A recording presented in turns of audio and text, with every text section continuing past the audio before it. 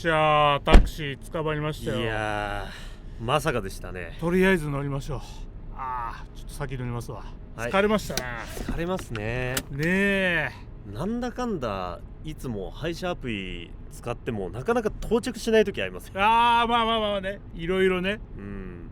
雨の日とかは特にそう、雨の日はもうしょうがないですよね。いや、それにしてもどうすか最近ですか。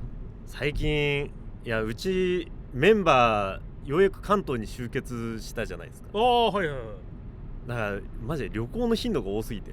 いや、いいじゃないですかめっちゃ仲いいじゃないですか。いや、でもその時大抵あれなんですよ、関東で集まるから、俺が車出すんですよ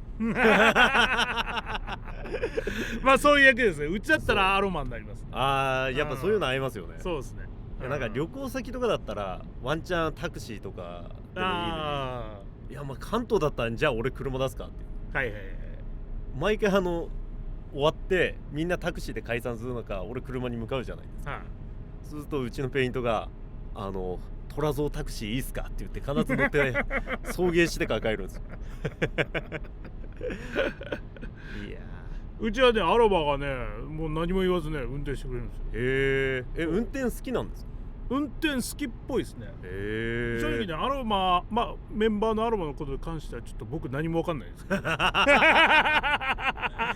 MSSP そういうのね、もう16年ぐらい、16年どころじゃないわ結成してからだから、もう高校時代から25年ぐらいになるんですか。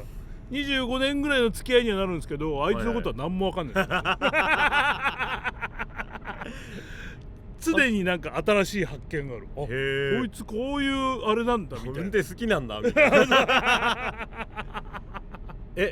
なんか企画とかだと MSSP 結構旅行行っていうイメージありますけど。まあそうですね。だいたい旅行行くときは企画で行くときはもう4人セットなんで。オフで行ったりします？オフで行ったり全然しますよ。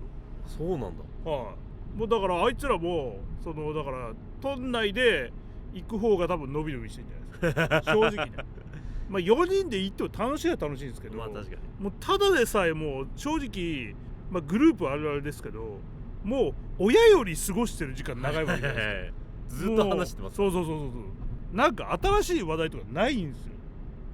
確かに意外とでも日常組さん話してるイメージですよ。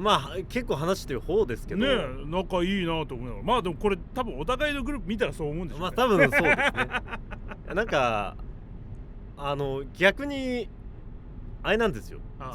無言でずっといると何のために集まってるんっていうなんかやつが働くんでしょうね、多分。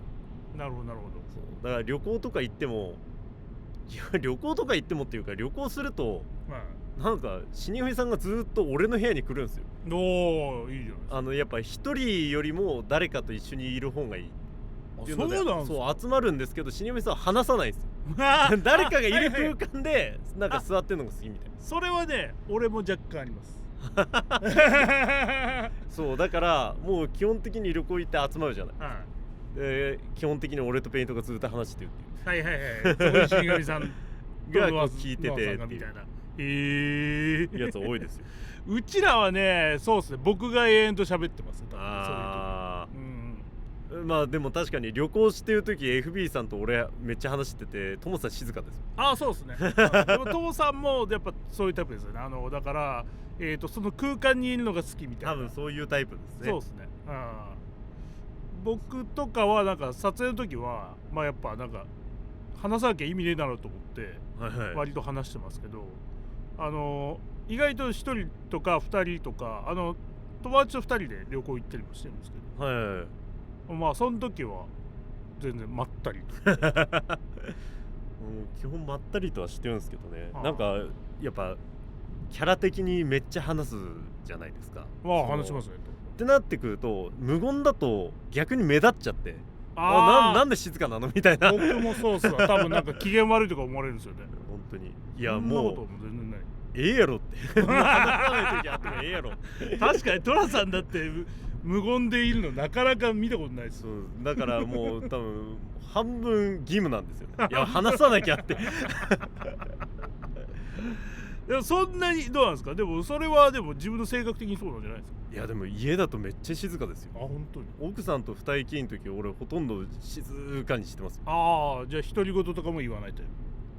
あ、でもなんか実況やり始めると独り言なんか増えません？ちょっとまあね、実況撮ってる前提で言えば増えます。なんかこうなんか不意に実況してるテンションでなんか話して、なんで俺は独り言話してんだろうっていう瞬間は時々あります。なんかこうタクシーとか乗ってる時でもやっぱこう窓の外見て、もう下校の時間かみたいなことなんかボソって言ったりなんで俺こう一人で話してんだろうなって思う時ありますけど。自然ですねめっちゃでも基本的にはやっぱ普段ずっと話してるんで、はいはい、一人の時ぐらいは静かにしとくかっていう。僕ツッコミぐらいですね、独り言言う時。なんでやねんみたいなだいたいそのゲームとかやっててうまくいかなかったり不運でやられちゃったりすると、なんでやねんみたいななんでみたいななぜそこでそうツッコミぐらいですね。やっぱり一人の時は全然喋んないですね僕。まあでもなんでしょうね、なんかやっぱ話すとこう声でかいんで。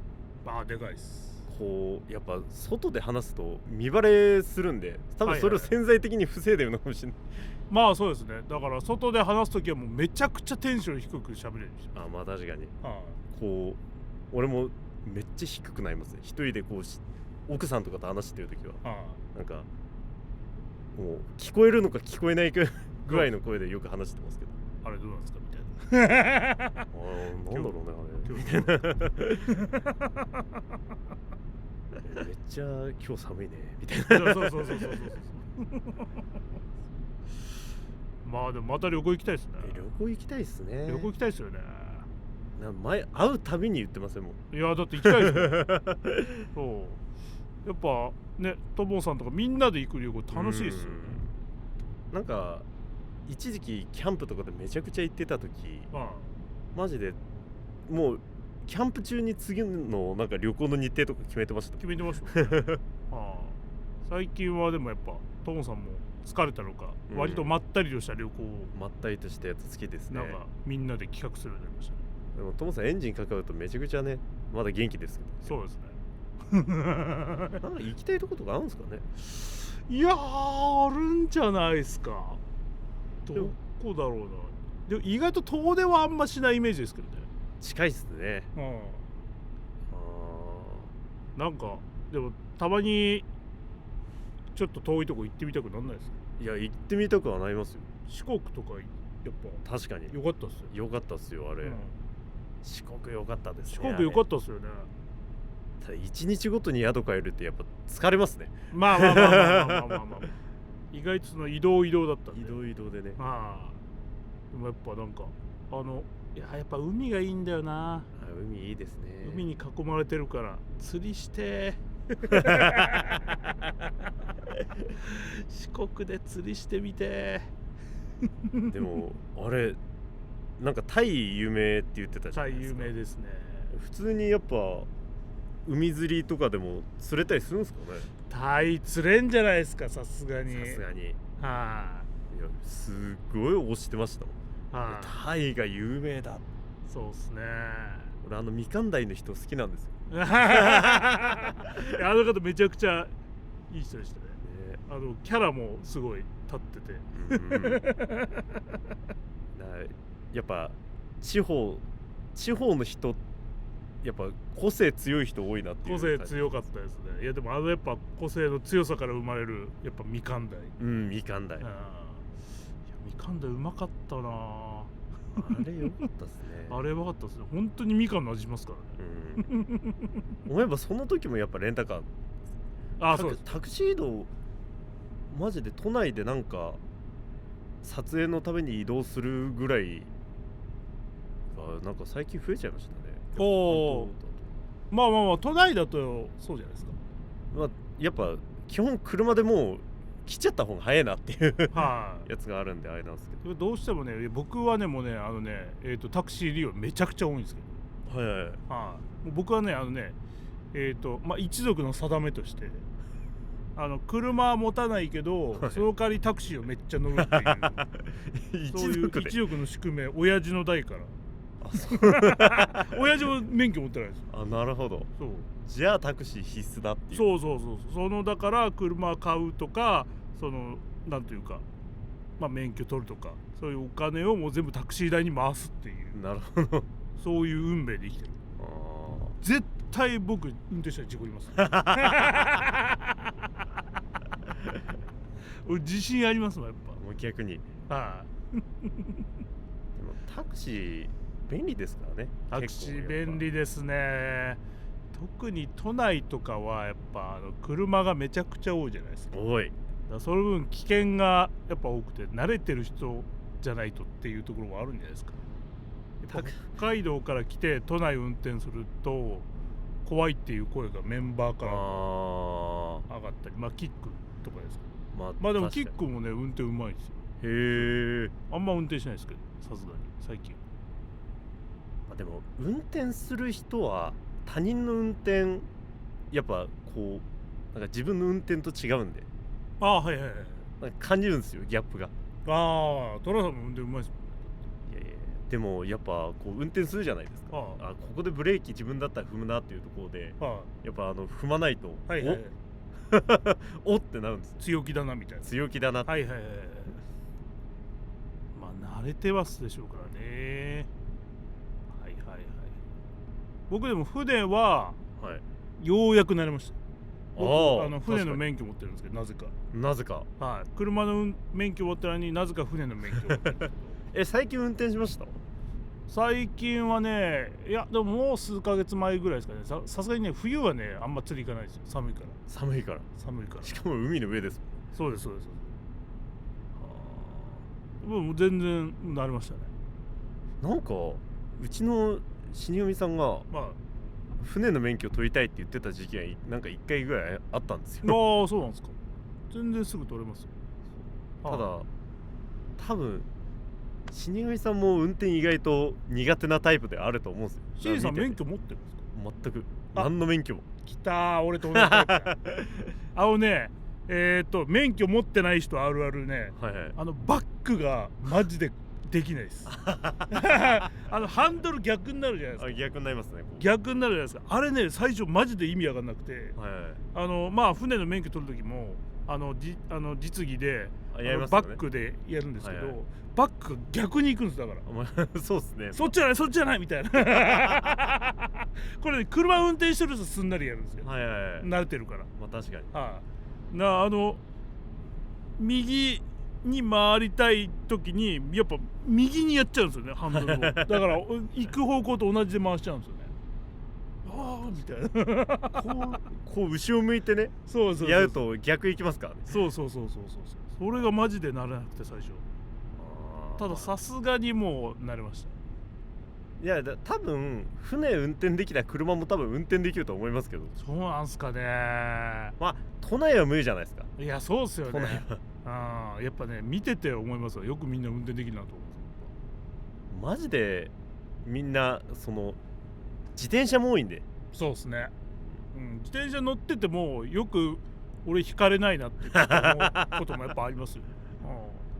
今なんかはもうねやっぱ車道で走ってるんで、でも車道で走ってる時もやっぱ駐車してる車とか割とあるじゃないですか。多いですね。だからちょっと出る時も横に出る時も大丈夫かなみたいな引かれねえかなみたいな車運転してても思いますよ。これ引きそうだなって。そうですよね。そこら辺はお互いスピードを気をつければ別に大丈夫でしょう。なんか俺あれ多いんですよ。都内のなんか普通に広い安い駐車場に止めて、なんか細かな移動はタクシーとかあります。そうするとやっぱ駐車場のこと考えなくて済む。そうですね。しかもねめちゃくちゃ楽。そう駐車場もだって変なとこ置いといたらめっちゃお金高いんじゃないですか。高いっすよ。この前なんか15分でなんか300円の上限なしっていうところあってびっくりしました。まあいいでしょうねやべえ、上限なし上限なしいやでもそれこそ本当にやばいとこだったらもっと高いと思いますよ多分。まあ、高いでしょうね。1時間2、3000円とか行くとこあるんじゃないですか。全然タクシーで移動した方が安い。そう結局まあああいうのはまあやっぱそのもう全然それでも OK だよっていう人が止めるところだからまあでもメンバーはやっぱみんなね免許ほとんど持ってないし、黒縄さんも持ってるけどペーパードライバーなんで。ああまあじゃあうちと大体同じかな。まあエオエオもペーパーなんで、エオエオもなんか見ててこいつはダメだろうなって思って感じるんですか。俺とちょっと同類というまあ失礼かもしれないですけどなんかタクシー移動は多分ね俺よりも他3人の方が多分ないと思いますけど。タクシーだってめっちゃ乗ってそうだよね。いやもうめちゃめちゃ乗ってますよ。だってその集まるって言ったじゃないですか。やっぱみんなこうタクシーで向かってるみたいな連絡をくれるんですけど、運転してるんで俺このアップルウォッチに通知来るのを見るだけで返信ができない。運転してるからめちゃくちゃ不便なんですよ。しかもやっぱ運転してないからなんでしょうね。俺に聞いてくるんですよ。虎蔵今どこら辺にいんのって、答えられるはずないじゃんお前こっち運転してんだぞと思いながらまあでも運転したことないから運転してる人の気持ちがあんま分かんないですFP さんよくでも FP さん時々いやここら辺運転むずそうですよねって僕知ったかなんでだいたいなんかあたかも確証のないことを確証あったかのように話すんで割と確かにトモさんとかキックさんがよく突っ込んでます本当みたいないや知らんっすねそういうところもありますね。いやだからなんですかね、なんかやっぱでも心配性なところもあるんですよやっぱね。なんか車運転するのってなんかビビりはあんま良くない気がするんだよな。ビビりすぎるとビビりすぎるとまあ確かに、もちろんその大雑把すぎても当然ダメだと思うんですけど、首都高の合流とかビビりすぎると確かですよね絶対無理っすね。あれとかもようみんなできるなみたいなさっとね。あれはね、でもタクシーの運転手の人で時々乗ってて、いやこの人はちょっと肝が座りすぎてるなって運転する人言うじゃないですか。もう慣れてるからでしょうけど、タクシー運転手でなんかいやこの人めっちゃこう慎重だなっていう人はあんま見ないですよ。そうですね。だからやっぱビビりすぎてるとやっぱ良くないのかもしれないっていうのはまあなんかもうスムーズにいってればそのビビりな運転には多分ならないので、まあそういう意味では安心なんでしょうけど、なんかよく車その全体の大きさを自分の体にその感じることができるみたいな、特に運転うまい人。トラさんそんな感じあります？まあ大体は分かりますね。だから車変わると難しいんですよ。そっか。だから大きい車で慣れると逆になんかこの程度で曲がれるのかぐらいの。最初だからちょっと慣れるのに時間かかるけど、まあ慣れてしまえばまたみたいな。あとはやっぱ自分の車だったらワンチャン壁とかだったらまあもうこすってもいいかぐらいの気持ちになるじゃないですか。でもやっぱレンタカーとか他人の車だと気使うんで、なるほど、ちょっとビビりになっちゃうところ。でも同じ車だったら大体は分かりますよ。前と後ろは、あと左右。だからでっかいその車運転してる人とかいるじゃないですか。マジすごいですよでもこうタクシーとかこう今みたいに乗ってて後ろからこう見た時に例えば今みたいに俺左側に座ったりするとこう目線が違いすぎて、そっか、いつも運転してる目線と違うし、運転席右側だから。そうなんですよ。だから左側乗り慣れてないんで、はいはい、乗るとなんか思ったよりも寄りすぎじゃないとかはいはいはい思ったよりもこうなんか中央に寄りすぎじゃないかとか、曲がる時も危ないんじゃないかみたいな気持ちになりますよ。違和感みたいなの出てくるんですね、やっぱね。なんか最近だから乗る時は助手席乗るの逆に怖いですもん。はいはいはい後ろとかの方がいいです。もうじゃあ逆にだから左ハンドルとかだったらやばいんじゃないですか、海外とか。いやだから慣れないとやばいでしょうね。やっぱ目線いつも慣れてるうちに多分やっちゃいそうになるんで。はいはいはい。やっぱそういうところがあるんですね。海外で運転したことさすがにないですか？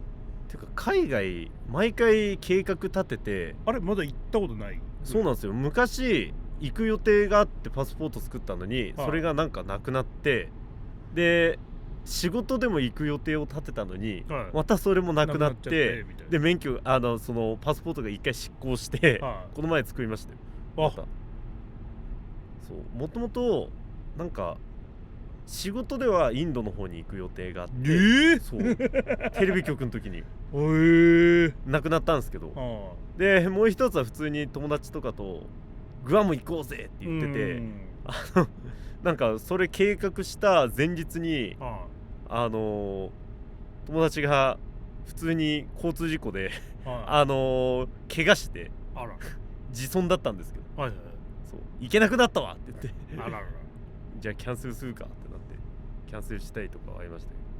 じゃあもう日曜組で行かなきゃ、そろそろ日曜組でね。とりあえず早くパスポートを取ってもらわないといけない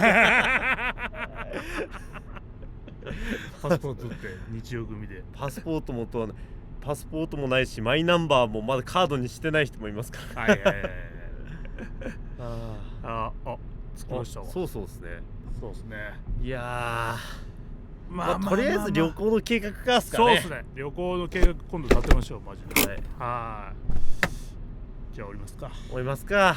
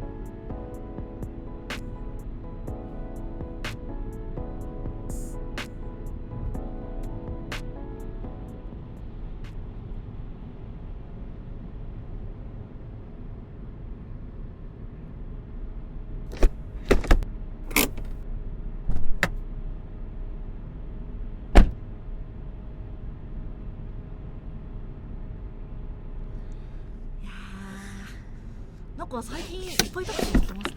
最近なんかガミさんと車乗ること多いね。嬉しいね。いやでも今日はなんか疲れちゃったな。疲れちゃったね。疲れちゃった。なんかリフレッシュとかしたいな。旅行とか行きたいよ。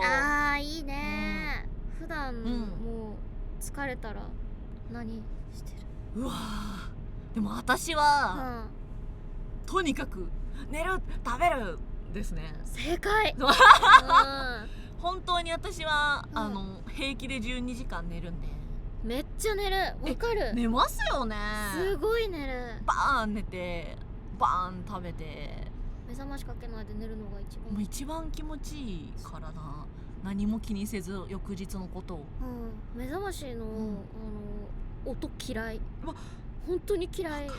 多分好きな人いないと思うけど、嫌いな中でもかなり一番嫌い。そうだからその目覚ましの音をせめて好きな音にしようと思って好きな曲とかにしてるとそれも嫌になってしまうじゃないですか、それが嫌すぎてどうしたらその目覚ましちょっとでも気持ちよく起きれるんだろうっていろいろ調べた結果、やっぱ眠りが深い時に高音でけたたましくなってるのが良くないらしくて、私今目覚ましの音 iPhone なんですけど、iPhone の中で一番低い打楽器の音が出るやつを設定してます、なんでおすすめです、打楽器の音。そうなんか、好きな曲せめてね、そうなんかよく起きたい、せめてこう朝だみたいな、なんか起きなくないうるさいってなりながら起きたくないじゃないですか。そうだから、最初ナトリも好きな曲で起きるよ、しゃっきりみたいな感じ、でもその曲聴いた時に朝じゃない、助けてって思っちゃう。1音鳴っただけでビクってするようになっちゃうから、やっぱ良くない。無機質な音がいっそいい。無機質でちょっと周波数が低い音。何も設定するのポポポポポポポポドルルルルルルルル、うるさい、そう心臓ドキーってなっちゃうから、やだ。どういうのでリフレッシュしてます？日々でも本当に同じで、よく眠る、よく食べるはそこまでなんだけど、確かにそういうイメージがある。普段もしじゃあ、それこそライブお疲れ様ですバーン、大きい何かが終わりました、この日まで頑張りましたね、はいゆっくり休んでくださいって時何食べるんですか？っていう時は、でもバーチャルサナトリウムで出てくるご飯をそのまま食べるのがメインだから、そうなんだ。なんか今日は寿司肉みたいなのは特にないから、あんまりなんかないんだ、その特別メニューみたいな。ないから、本当に月1でなんかご褒美を食べるみたいなのはあるけど、そのイベントがあったから例外的にいい飯とかがないから、あんまりなんかご飯に対して報酬系が動かされないみたいなのはある。そうなの。私はもうご飯の報酬系に全てをとらわれているので、ちょっとサナトリウムはもしかしたら大変なところなのかもと今震えていました。暮らせないかも。暮らせないかも。サナトリウムってすごいところなのかも。何食べる？じゃあご褒美で。私はやっぱ肉なんですけど、それこそあまりにも疲れた翌日によくやってるのが、だいたい疲れた何かの時って朝鬼のように早く入りをして、遅く出て、体の全部がボロボロの状態で、お腹ペコの状態でバッて起きるんですよ、そしたら絶対生きるぞって朝一に思うんですね。もうかなり瀕してるから生きなきゃと思って、なんか魔界はウーバーがあるので、ウーバーを開いて、赤身肉ステーキを注文するんです。ちょっと多めの 200g 以上、そうを頼んで、赤身肉がドンって届くわけですね。それをなんか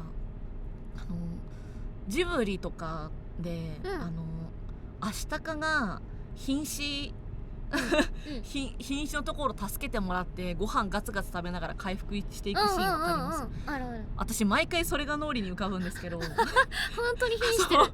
私は絶対生きるぞと思いながら肉をガッガッガッガッガッって食べて、白米もガッガッガッガッって食べて、備えてるブロッコリーとかもビタミンと思いながらガッって食べて、で体中に血肉がこう巡っていくのを見て、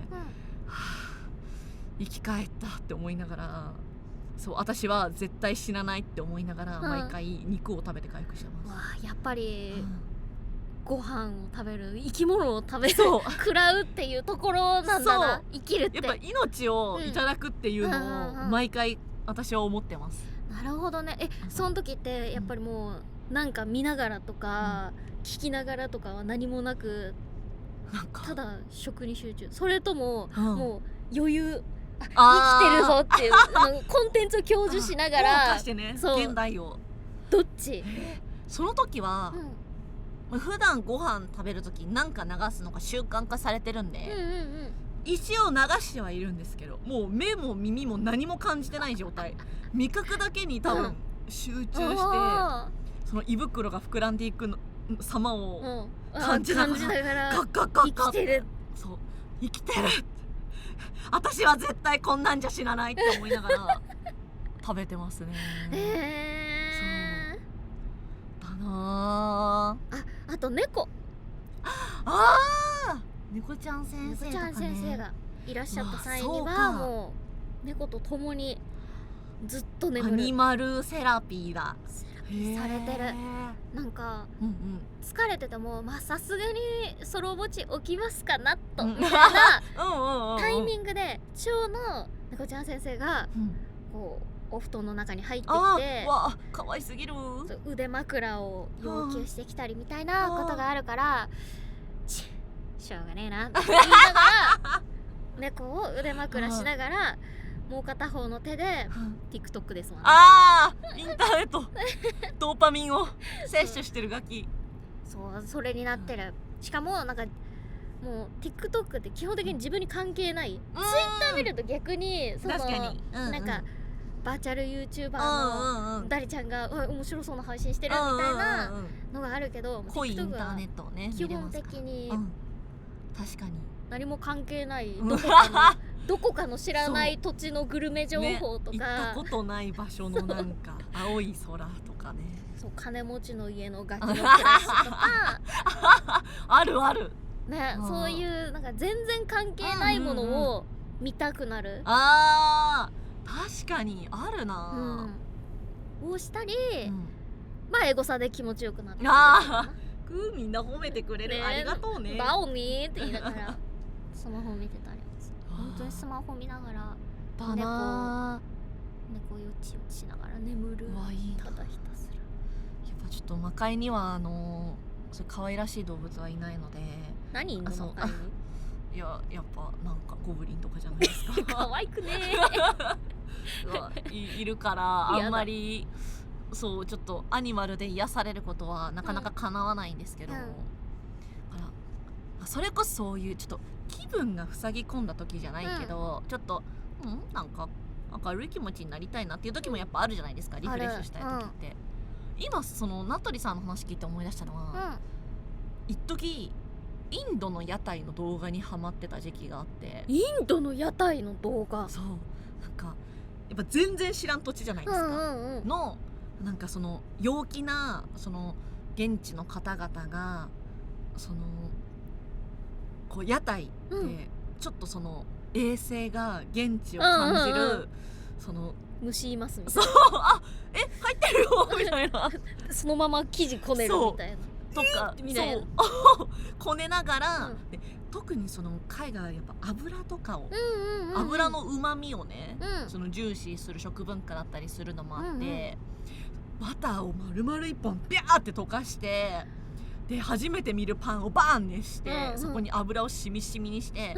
でこう見たことない香辛料を振りかけながら、でチーズとかやっぱパッパッパッある、そうでやっぱ完成品はそう見たことない文化なんだけど、やっぱ完成品めちゃくちゃ美味しそうで、それをなんか日本人の方とかがこう取材して、なんかいいねみたいな、こう日本とかってこう気にすることとか、重視してることとやっぱ海外が気にすること、重視することってやっぱ違うじゃないですか、それが異文化交流のいいところだと思うんですけど、それの良さを踏まえながら、なんかこういうなんかこう細かいこと気にしないでさ、朗らかにさ、みんな油とうまいもん食べてさ笑おうよみたいなのが濃縮された屋台の動画がたくさんあって、それを見てインド行きてーって思ってました。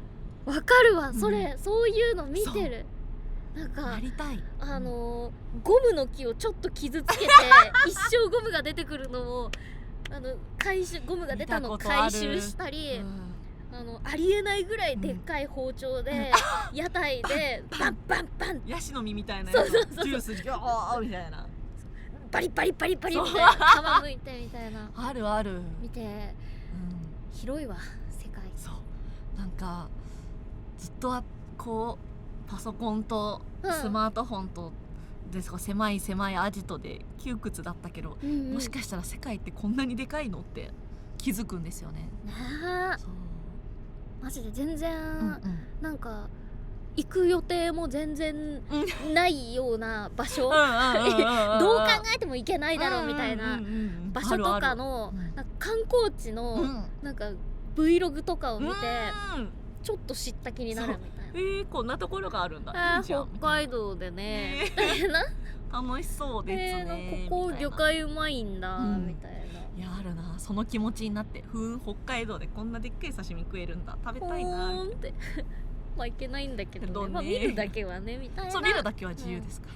みたいなのやってなんか狭いところで広い世界を見てる。確かに。それでなんか塞ぎ込まないようにしてるじゃないですけど、かもしれない。確かにまあいいだろ。広いし忘れたわみたいな。そう。結構忘れちゃう。ずっと根に持ってることとかある？でも確かに何かあった時もあるとして、私もその時は絶対忘れないからって思うんですけど、1週間後ぐらいには、なんだっけになる側だな。そう新鮮な憎しみを覚えておきたいって思っちゃうタイプなんですけど、気づいたら忘れて悔しい。悔しい。そうだから復讐キャラ向いてない多分。悔しい。向いてないね。忘れちゃう。そう貴様あの時のなんだっけ親がそう親の敵でってなっちゃいそう。そうなんか結構嫌だったことも忘れたわみたいなそれは忘れたみたいな全然あるから。でもその瞬間の気の散らしだけをもうどうせ忘れるっていうそういうなんか悪い信頼があるから自分に対してで今この瞬間の怒りをどうにかして留飲をどう下げるかみたいな。そうなんかこうクリエイティブに生かすためのやつは一旦やっといて、でもそれ以上は怒ってもしょうがないから、TikTok ドーパミン出したいTikTok は全部受け入れてくれるんだなみたいな感じで、そうか偉いな大人だ。でも私は、じゃあ絶対に許せませんってことがあるとするじゃないですか、その場の留飲の下げ方は私やっぱお酒が飲めるので。ずるい。やっぱね17歳さんはお酒が飲めなくてかわいそうですね。大人はいいですよ。お酒に全部頼れますからねお酒ガー飲んでバー寝るみたいな。ガーが一番いい。やっぱりなんかお酒の何がいいってさっきまですごいうわ嫌なことあったっていうのがなんかだんだん飲んでいくにつれてぼやけてくるんですよ。モザイクかかる感じで。ストゼロのモザイクかかってる画像みたいな感じでそう嫌なこと輪郭がだんだんぼやけてくるから、なんだっけなビール美味しいなってなるからそうだからちっちゃい頃それこそ大人がなんでこんなにお酒飲んでるのって思ってたけど、なるほどって思いましたね。飲めるようになってから。未だにそれだからなんでそんな飲んでんのでもなんかDJ イベントとかをやったりすると、みんな結構お酒を飲みながら音楽を楽しんでて、そのイメージある揺れるやつだ。そうでそれがめちゃめちゃ気持ちいいらしいのよ。そうなんだ。揺れてみたいな。ズンズン響く低音にいい音をね浴びながらちょっと揺れながらちょっと暗い照明とかっこいいでお酒飲んでふわふわして気持ちいいみたいなってみたい感じらしいですよ。なんかちょっとそれも死ぬまでに体験してみたいな。体験して怒りがあった時にバークラブいてゴー飲んでズンズンズンでハードボイルドすぎる弱すぎるかっこいい憧れだわ。かっこいいよ。そんなことできる日が来るんすかね。なるんかなでもクラブとかに行ってない私ですらもう、お酒なしでどう正気を保っていたか覚えていないからヒューだから未成年さんは大変だなってずっと思ってますどうやって正気を保ってるんだろうって。どうやって正気を保ってるんだろうね。やはりドーパミンか。やっぱ、酒みたいなもんでしょってなんか言ったら本当にまあそうかも。あの手軽さ、情報量脳にいっぱい詰め込んじゃう嫌なこと全部押し流しては確かに酒ではあるかも。体にも悪くはない。報酬系が壊れるって言うから離れた方がいいって言われるけど、それだけがちょっと分かんないですけどね。まだここ数年で見始めたものだからまだこの後どう予後が悪くなっていくのかまだ分からないから、いつでもやめようと思えばやめれるから。本当だから、今見てるだけだから別にすぐやめれるよね。しかもほらさ、我々は TikTok で情報収集をして、仕事に生かすことができるわけだから、これも仕事だから、本当にそう。だって TikTok がなかったら知らないこといっぱいあるね。だって私名取さんの、前ショットで上げてたの、あれあったじゃないですか。あれを知ってたんですよ。怒ってる猫を踊るやつ。そう、だから名取さんが踊ってるんでキャッキャって思ってたら知らない子が何人かいたじゃないですか。そう、こんなの流行ってねえよ。そう、違うよ、本当にすごい流行ってるのって嘘じゃないんだよ。クラスのみんなまだ見てないと思うけど海外では流行ってて本当ですごいの俺嘘じゃないってなってたな。そうだから一緒見すぎとか思いつつ、でも流行ってるから。そう、こんなに分かんないって逆におかしいんだって、そうなんだ、毒されてるんだとも本当にドクンってなった。ドクン。やっぱ今インターネットがいろいろあるのもあって、それぞれが見てるインターネットが違いすぎて多岐にわたりすぎて、結構ね分かれてるんだよ。だからあれ伝わらないって。そう、なんかたまにおすすめタイムラインで出てきた話題とかも出すけど、そんなの流れてこない。そう、みたいな、だって何万いいねとかされてるよされてるで、この恋愛リアリティショーのやつミームになってるみたいなとか、そう流行ってるのにって。やっぱ人には人のインターネットなんだなね。もう同じものが見えてるわけじゃないんだって、広すぎるなって。もう広くなっちゃったインターネットはね。でもそんな中で、共通のインターネットで盛り上がれたら、やっぱいや、そういうことですよ。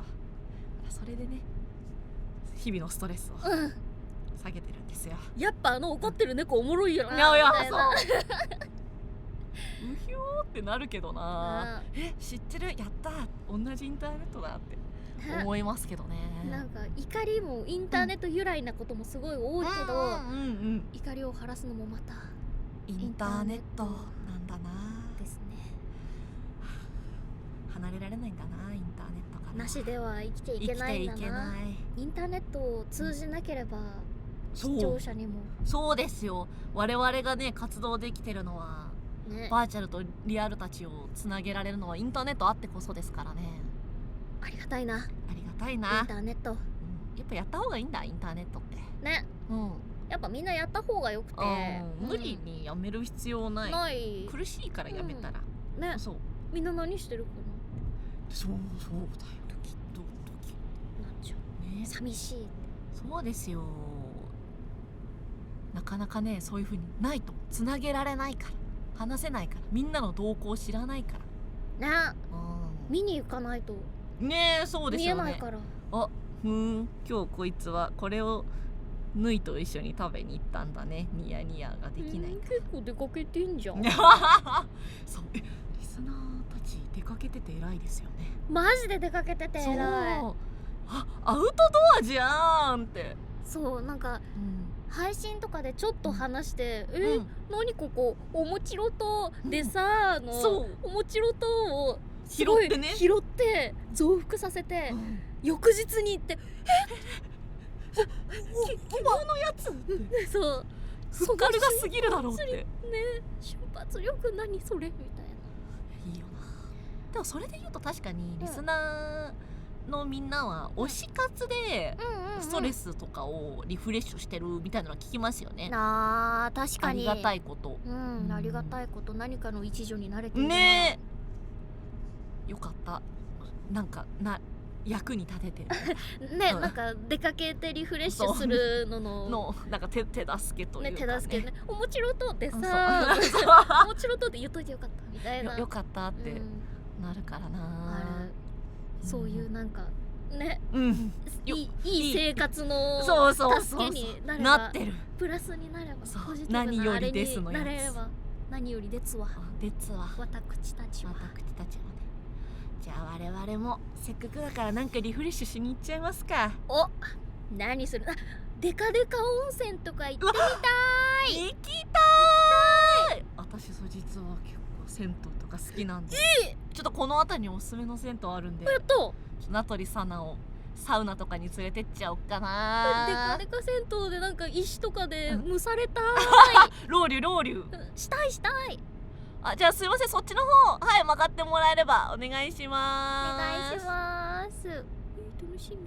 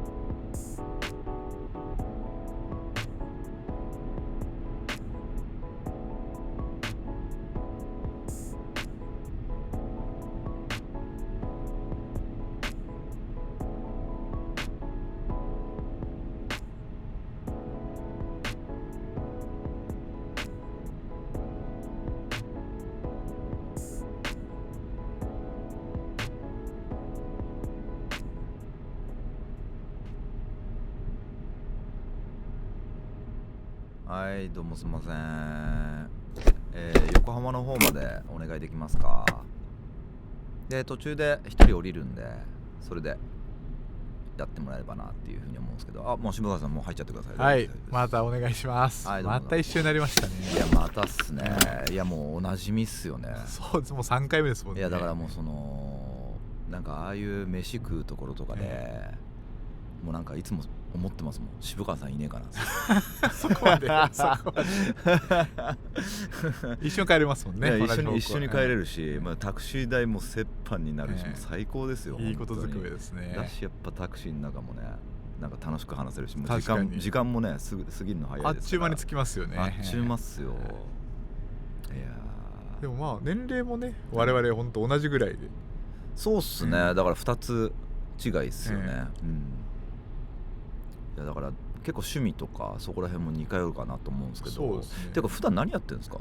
僕ですか？はい。僕は麻雀以外は YouTube の配信するか、で将棋やるか、で将棋、はい、将棋やってで息抜きでスト6もやって、で漫画とか読む。であと子育てですね。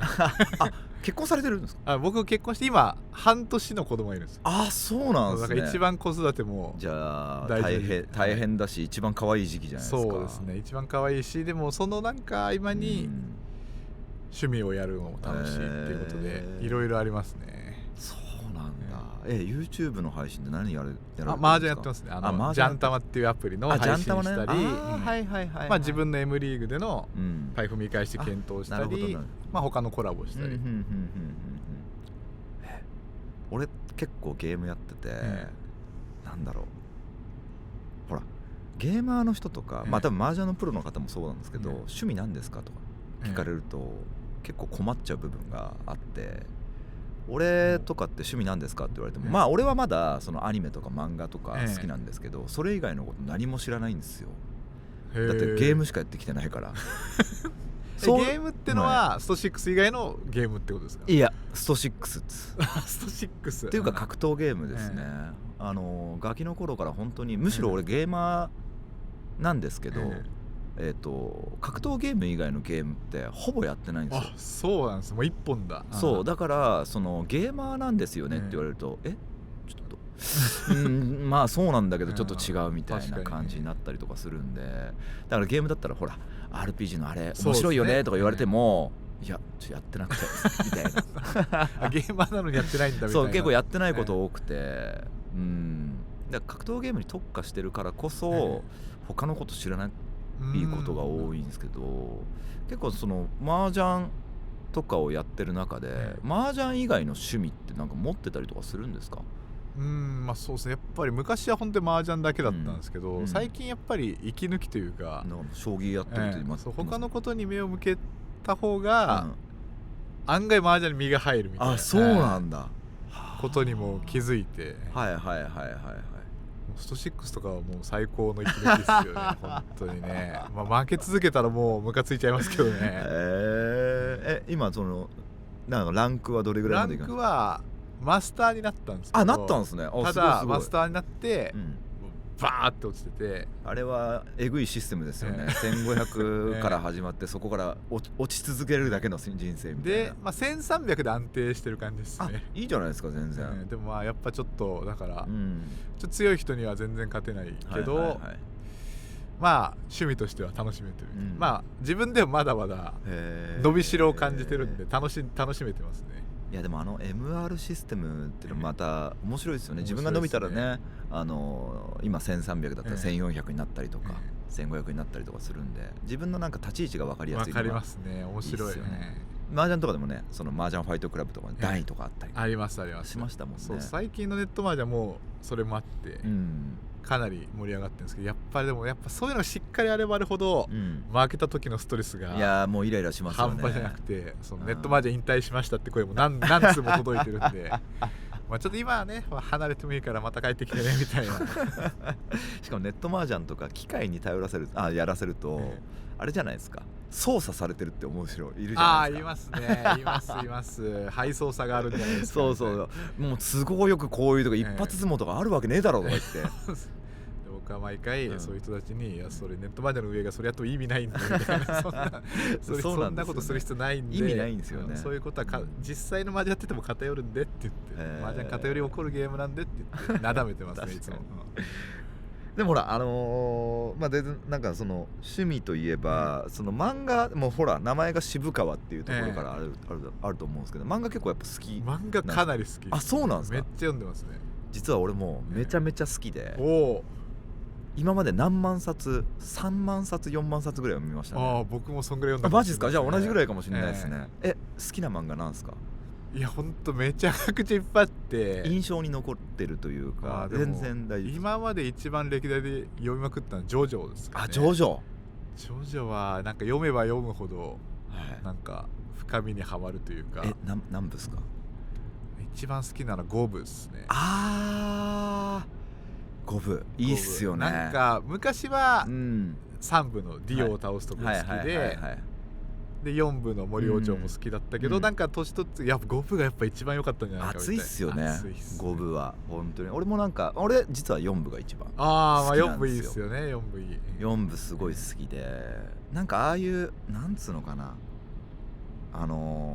いろんなその短編が続いていって、それが最終的につながっていくのが俺結構好きで、あとやっぱキャラクターというか東方丈介がめっちゃ好きなんですよ。丈介かっこいいですね。丈介本当にかっこよくて、もう何がかっこいいかって、もうそのスタンド能力が本当にかっこいい。直すクレイジーダイヤモンド直す能力っていう、唯一無二すぎるっていうやつがいないと何もできないんだけど、そのあれのいいところがやっぱ自分は直せないっていうところで、かつその丈介っていうのは自分は直せないのに他の人は直せて、普通に考えたら他の人行かせて後で直してやるからみたいな感じでやらせるんだけど、危ないところ全部自分で行くっていうところが丈介のやっぱかっこいいとこだなって。結構主人公のねかっこよさに惹かれますね。そうです、僕結構脇役に惹かれる。脇役行く僕5部のやっぱナランチャが好きで。ナランチャ、ナランチャの成長の物語でもありますもんね。そうナランチャも裏主人公なんじゃないかっていうぐらい、確かに。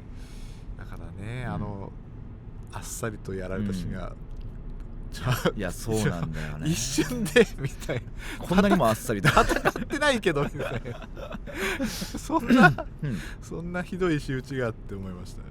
いやまあそこがなんかジョジョの良さというか、その死ぬ時はあっさりと、終わりはもう突然に来る。だから4部なんてなんか平和な話しててね、主人公直す能力だから、もう誰もしないと思いきや、全然違う、全然違うしそれこそだからそのあっさりといえば3部とかアブドゥルあっさりすぎるじゃないですか復活したのに帰ってきたのにせっかく復活したのに、もうなんかねバニラアイスにやられて終わりみたいな。あれ怖いですね。あれはでもなんか確かに怖い。そこら辺でも荒木先生のね、やっぱすごいとこっすよね。あんだけ大事に育ててきたキャラをこんなにもあっさりと。確かに今では考えられない。ねえ。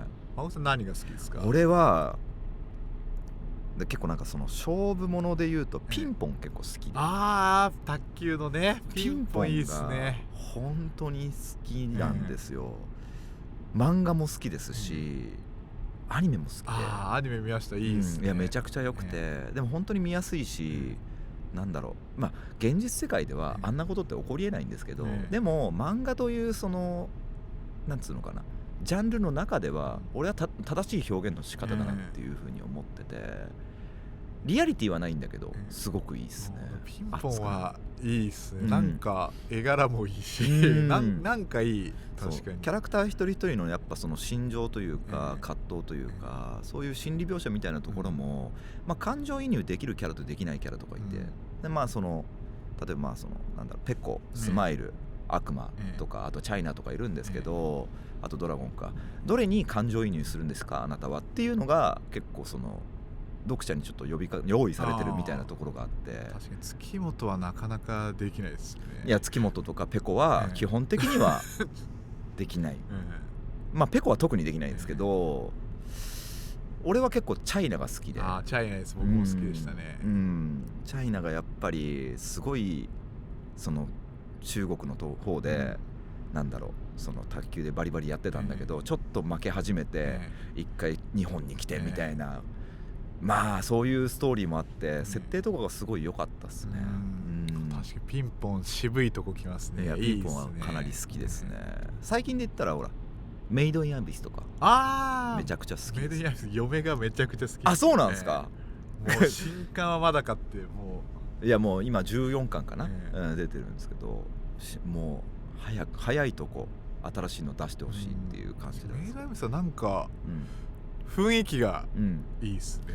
なんかあれは潜ってなんかどうなってくんだみたいな。いやそうなんですよ。しかもあれ帰れないんですよ。そうなんですね。絶対に、すごい、まあ絶対かどうかわかんないですけど、今のところ帰れないという今のところもしかしたら帰れるアイテムが出てくるかもしれないんですけど、帰れないんで。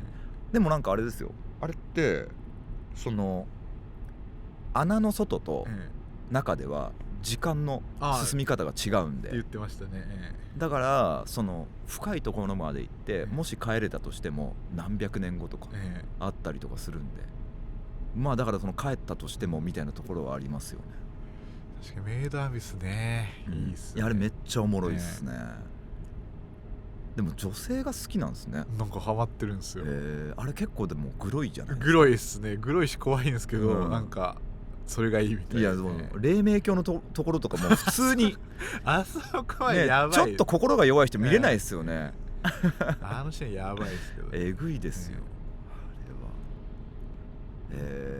だから結構俺どっちかっつうと、漫画とかアニメとかすごい好きなんですけど、シリアスなのが結構好きで。ああいいですね。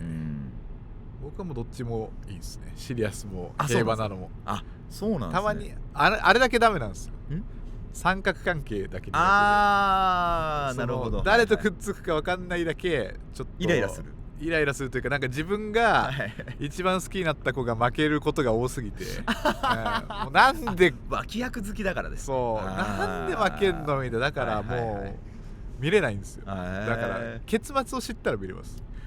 メゾン一国とか見てないですか？メゾン一国は見ましたよ。あ、見たんですか？どうなんですかメゾン一国とか。メゾン一国はだってもうあれは決まってるじゃないですか。まあ確かに三角という名の三角ではない、そう確定してるみたいな感じあるじゃないですか。どっちなのが嫌いなんですね。そうだからどっち誰になるか分かんないよ、あれはもうだって負けるのが分かってるからまあ見れるんですけど。なるほどね。じゃああれじゃないですか、その俺らの世代だったら合図とか。でも合図はまあ、ちょっとまた別ジャンルだったんで、まあまあ確かに、最近で言うと5等分の花よ。誰派ですか5等分の花。あれはもう僕はちゃんと答え知ってから見出したんであれは本当に5分の1、まあそうっすね、ガチの5分の1だから、僕は見れなかったんですよ。僕は絶対負けると僕の好きになってるんですよ。いやでもなんかまあ正直結構くだらないなと思っちゃうんですけど、でもそういうくだらないところで楽しむのが面白いなとも思ってるんで、まあ俺はその3が一番好きなんですけど、2区でしたっけ。そうですね、僕も多分普通に読んだら3派になってたかな、3なんですけど、でもそれをこの前自分の配信とかで、誰が一番なんだみたいな議論をどうでもいい話をやったりとかしたら、やたら盛り上がりましたね。だからその麻雀とかと一緒で、麻雀とかまあゲームもそうなんですけど、やっぱり人ってどうでもいいところに対して盛り上がるんだなっていう。確かに、生きていくことに必要ないじゃないですか。誰が好きでもね、別にいいじゃんそういうところでね、やっぱ人ってなんか楽しみを見つけるんだなって思うんで、そうですね。あとゲーム、まあアニメだとまあやっぱり僕日暮好きですね。でも俺日暮ね、俺見てないんですよ実は。何やってんすか真帆さん、日暮は見た方がいいっすよ。いややっぱそうですよね。でも一回ゲームをあれって日暮ってなんかやってました。僕ゲーム派でしたね。全部そう7部か8部ぐらいまであるんですよね。で俺2部までやったんですよ。俺そこで止まってることあるんですか？でなんかどっかのタイミングで続きやろうと思ってたんですけど、なかなかちょっとやっぱできなくて、そっから先やばいらしいですね。やばいっすね。日暮はでも2部で止まれるんだ人は2部までいったら止まんないですけどね、普通もう無理ですけどね。いやでも面白かったっすよ。でもそこからでも結構俺なんかあれなんですよ、言ったら美少女ゲームというかギャルゲーというか、ああいうジャンル結構苦手で、なんだろう、現実ではいないような設定のキャラクターとか、なんか性格とかの子たちがああいうストーリーを繰り広げていくのってちょっと苦手なんですよ。だったんですけど、日暮は面白かったっす。日暮はもうバリバリキャラはそんな感じですけど、だから2パーとかいうやついないだろうと。ストーリーがね引き込まれるんで、ちょっとこれは好きあらば見てほしいです。ちょっと今度やってみますよ。日暮と海猫が僕はもうあれはなんかつながってるんですか？いや別ですね。別なんですね。日暮の泣く頃にと海猫の泣く頃にっていうのがあるだけで、もう全然別の世界観で。全然別。ちょっと似てるんですけど、雰囲気は。あの辺何が他おすすめですか？僕はやっぱその辺かな。俺はですね、でもこういう時に頭に思い浮かぶのはしぐるいって漫画がわかりますよ。あれは俺はかなりおすすめですね。結構渋いとこ行きますね、ピンポンからのしぐ。いやああいうね、なんつうんですかね、言ったら、ハッピーエンドなのかハッピーエンドなのか、バッドエンドなのかよくわかんないけど、なんか起こるべくして起こる、その結末ってのが好きなんですよ。なるほど。しぐるいも確かにね、雰囲気がいい。無理な人は無理なんですけど、なんかあれがやっぱいいじゃないですか。そのなんつうの設定がちゃんとあって、それに沿うようにキャラクターたちが動いていって、その結果最後ああいう風になってしまうっていうのが、人によっては絶望するかもしれないんですけど、絶望しますよ。俺的にはすごくその後味は最高に悪かったんですけど後味はめちゃくちゃ悪い最高に悪かったんですけど、でもどこかあるこの納得感っていうのが俺の中ではその印象に残りましたね。しぐるいはでも、確かに気持ちいい瞬間1ミリもないです。ずっとずっとうーって思いながら読んでいく最後まで苦しいですからね。辛いって思いながらなんかバッドエンドが好きなわけじゃないんですけど、納得感のあるラストが好きですね。私納得感はありますね。アニメとかで言うとなんだろうな、でもアニメもやっぱりメイドインアビスとかやっぱ結構好きで、僕はアニメバッカーノっていうのがあれいいですよね。好きっす。バッカーノは一番ハマったオープニングおしゃれだし、あれはいいっすよ。なんか良かったな。いやあれはねおしゃれだし、テンポもいいですし、やっぱ最後つながってくる気持ちよさありますよね。なんかね一気に意外性もあったし、なんかそんな暗くない。そう全然暗くないですよね。明るい感じで。バッカーノは僕好きなアニメ聞かれたらよく言ってますね。バッカーノしかも見やすいですよね。あれ見やすい。あれは面白かったな確かに。でもなんだろう、俺アニメを聞かれて進めるときに、いやでも知ってるかどうかわかんないんですけど、ダーカーザンブラックっていうアニメが結構好きで、とにかく主人公がかっこいいんですよ。なんか俺好きな主人公の傾向があって、基本的に感情のないような主人公が結構好きなんです。感情のない。はい。なるほど。でものすごい頼れるやつ、すごい強かったりとか、能力を持ってたりとかするんですけど、それがふとした時になんつうの人間性というか、優しい瞬間とか、熱い瞬間を持ってたりとかすると俺の中でやっぱグッとくる瞬間があって、で普段無感情なんだけどなんか優しいとみたいな、そういう二面性がやっぱ好き。それがそのダーカーザンブラックとか、あとはそれだとワンパンマン。そうですね。ワンパンマンは人間じゃなさすぎますね。そうなんだ。あそこやってダメなんですね。めっちゃワンパンマンでしたけどね。それなんかちょっとなんかもうちょっと欲しい。もうちょっとなんかもう少しワンパンマンはもう少しなんか分かりやすいような感じだったりとかするんですけど、ちょっと人間らしいというか、そういうのが欲しいかなという。なんだろう、フェイトゼロとかの見たことあります？あります。あれのなんかその主人公の確かにちょっとないな、人間味ね。あいつみたいなエミヤなんだっけ、キリツグかな、ちょっと自信ないですけど、エミヤキリツグみたいな感じで基本的に無感情じゃないですか。そのすごい戦場において合理的にやったりとかするんだけど、それがなんかやっぱり大事なところとかではやっぱちょっと人間性が垣間見えるみたいな、そういうところがやっぱ好きなんですよ。なるほど。あれが好みで、好きなアニメっていうのは結構そういうのが多いですね。で他どんな、僕結構シリアスも好きで、ギャンブル系も好きなの。最近ジャンケットバンクっていう、何ですかそれ？